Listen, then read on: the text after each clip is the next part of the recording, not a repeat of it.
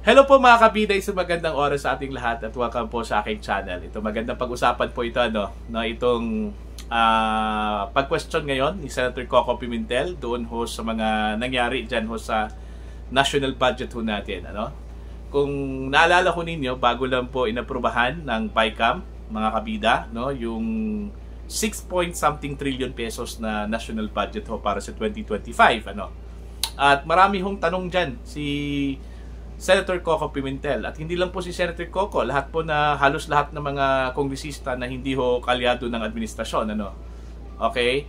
May question doon ho sa ganap ho, na nangyari doon ho sa BICAM, May mga insertions, may mga dagdag bawas na sinasabi ho,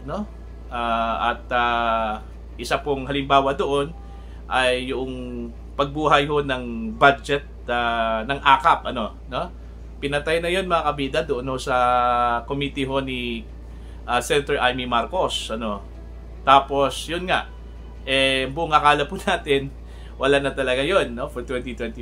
Bigla hong lumitaw ngayon, nabuhay. Okay? Dahil ho ba doon ho sa pahayag po ni Speaker Romualdez na ide-defend ho nila yung AKAP budget kasi ho kailangan ho daw ng ating mga kababayan. Ginagamit pa yung kababayan ho natin, Okay? So yun po, unang-una po, nakita ho ni Senator Coco Pimentel base ho doon sa post po ni dating Agriculture Secretary Manny Piñol, doon ho sa kanyang post na isang paglabag ho sa ligang batas, Ito hong ginawang pag-augment ng budget ho na hiningi mula sa Office of the President. Bawal na yun, Pangalawa po, yung pag-defund mga kabida sa pondo ho ng PhilHealth, Kasi alam natin, bago lang po at naging highlight po ito kahapon, yung sinabi po ni Senator Grace po na hindi ho nila binigyan ng pondo ang PhilHealth for 2025. Sa madaling salita po, zero budget po yung PhilHealth mga kabida. At paglabag daw yun doon ho sa sin tax law. Okay? Yan na po yung binanggit ko kagabi, Doon ho sa previous vlog ko, isa hong paglabag doon ho sa sin tax law dahil doon sa sin tax law mga kabida, may provision doon na automatikong magbigay ho ang gobyerno ng subsidy, doon ho sa PhilHealth. Taon-taon 'yan, Taon-taon 'yan. Alam niyo magkano yung subsidy na dapat ibibigay ho ng gobyerno mga kabida? Nasa 69 billion pesos 'yon, Now, wala hong binigay ang Kongreso ngayon dahil ho meron ho daw malaking reserve funds po itong PhilHealth. Okay? Pero hindi yun usapin ng reserve funds Okay? Ito po'y patungkol doon kung anong nakasulat sa batas. Na dapat ho magbigay ang gobyerno taon-taon ng subsidy. Kasi yung subsidy na yan para doon ho sa mga indirect premium contributors. Sino-sino yung mga indirect premium contributors natin? Diyan ho sa PhilHealth.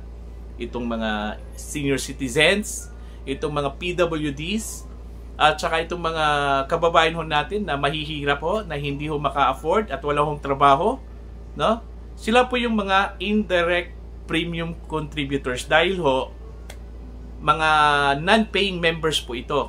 Ibig sabihin, subsidize yung kanyang bayad o kanilang bayad sa PhilHealth. Meron ho silang PhilHealth, pero subsidize po ito ng gobyerno. Paano ho yan masubsidize kung wala hong pondo na ibinigay ho ang Kongreso mga kabida for 2025? So yun yung mga questions at malamang iaakyat po ito ni Senator Coco Pimentel sa Korte Suprema, Okay? Kasi malinaw kasi yan isang paglabag yun sa tinatago nating batas, yung sin tax law at itong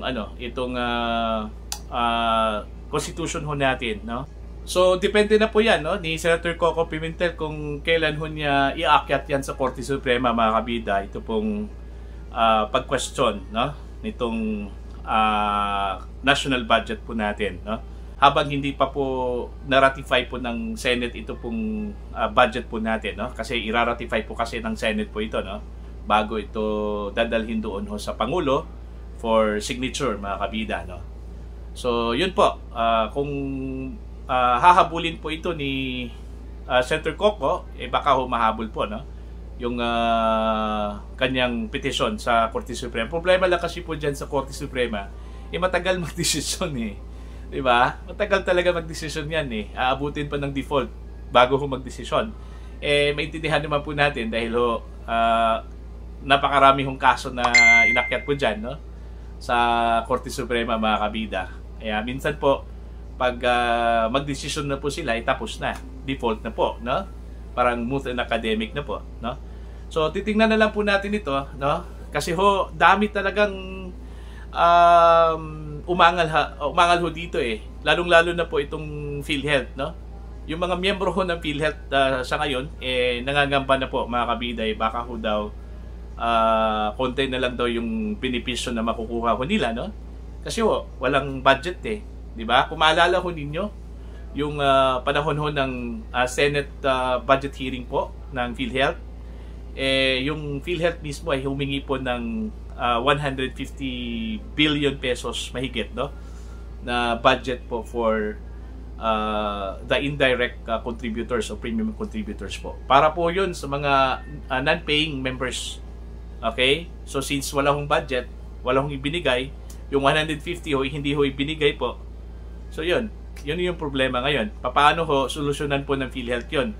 So kung sinabi po ni Senator Grace po, mga kabida, na i-utilize muna yung kanilang yung kanilang reserve funds na 600 billion pesos. Hindi ko alam kung mayroong legal basis po ba, no, na doon kukunin yung subsidy para ho doon sa mga indirect premium contributors, di ba? Tsaka pangalawa, kahit na po yung meron ho o nandyan ho yung 600 billion pesos na reserve funds, kung titingnan ho ninyo yung obligasyon ho ng PhilHealth sa insurance, mga kabida, napakalaki yun. Kulang talaga yung 600 billion pesos, Kasi yung insurance obligation po ng PhilHealth, according doon ho sa data, nasa 1.252 trillion pesos po, no? Diba? So kulang talaga yung 600 billion pesos, mga kabida. So titingnan na lang po natin yan, no, kung ano po yung magiging update na sa mga magdadang okay? So titingnan na lang po natin yan, mga kabida, no, kung ano yung magiging update dyan, no, in the coming days. Kasi I'm sure merong aakyat sa Senate. Kung hindi ho si Senator Coco Pimentel, baka ho may mga grupo dyan. Like for example, ito pong Social Watch Philippines, no? Aakyat dyan sa Senate o dyan sa Korte Suprema, para questionin po itong mga kaganapan po, mga kabida, sa ating national budget. Maraming salamat po sa inyong lahat. Sa mga gustong mag-comment, you can comment down.